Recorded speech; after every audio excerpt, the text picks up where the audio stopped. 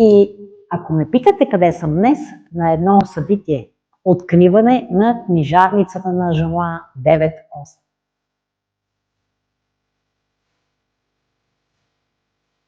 Днес присъствам на едно уникално събитие.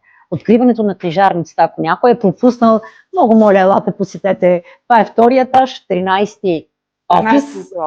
13-ти офис. Книжен салон. Книжен салон се нарича. Сега ще ви разведеме по книжния салон. Плавам да има поток от клиенти. Здравейте, още една прекрасна дама, така че честито да бъде откриването и да има поток от клиенти, четящи и пътуващи заедно с походите, които са ни с Норбеков. Ето всички сме любители. Първия, да, вие го виждате вече той отзад. Така 108 човека. Да, и назад. Юли заедно с Мария отиваме. Да, пътуваме отново, да знаете. А това е Жана, един прекрасен, уникален човек, който познавам в годините и много обичам и уважавам. Пожелавам им успех, изобилие, всичко да се случва с Мария, заедно. Да. Толкова приятно, светло и вдъхновяващо място, книги, хубава атмосфера, усмихнати хора и онова усещане, че не ти се тръгва. Личи си, когато нещо е създадено с любов, вкус и отношение към хората. Желавам на Жана Иванова и Златина много успехи, вдъхновени срещи, верни читатели и още повече красиви моменти в това ново книжно пространство. Уютно, красиво, да е честито, да е най-харлия. Днес присъствам на едно уникално събитие. А до мен е Жана Иванова, една моя любимка, която много обичам, която много уважавам. И аз обичам Мария.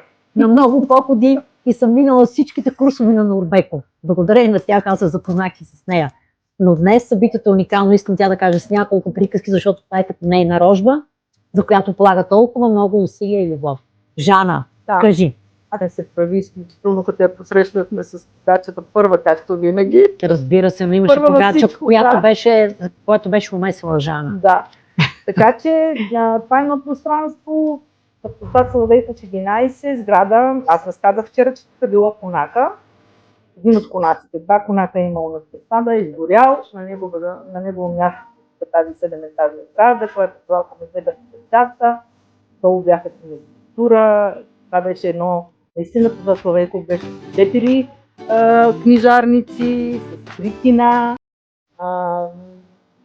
И пеше като живот, срещи, разговори. И това ме провокира да направим книжарница ни и на 5-ти етаж имахме, но беше много малка. Сега имаме възможност да изложим всички заглавия.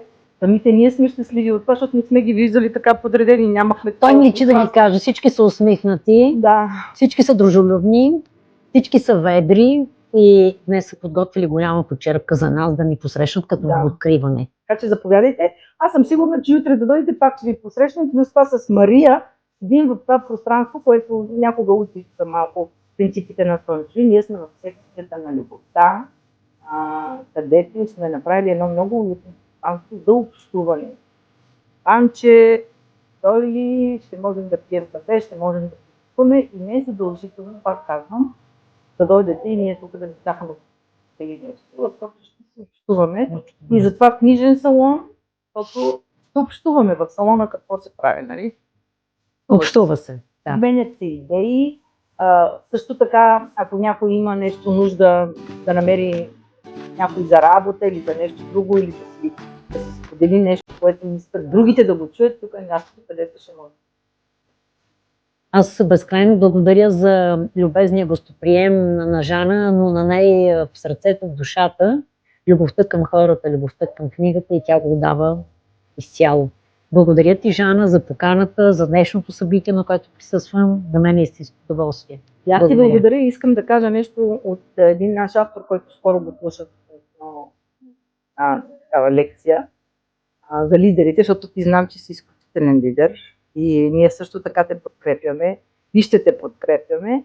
Той казва, че дори да не е добрият лидер, добрият ръководител, добрият човек, добрият в семейството си, трябва толкова много да обича работата си, че да я обича във всички етапи.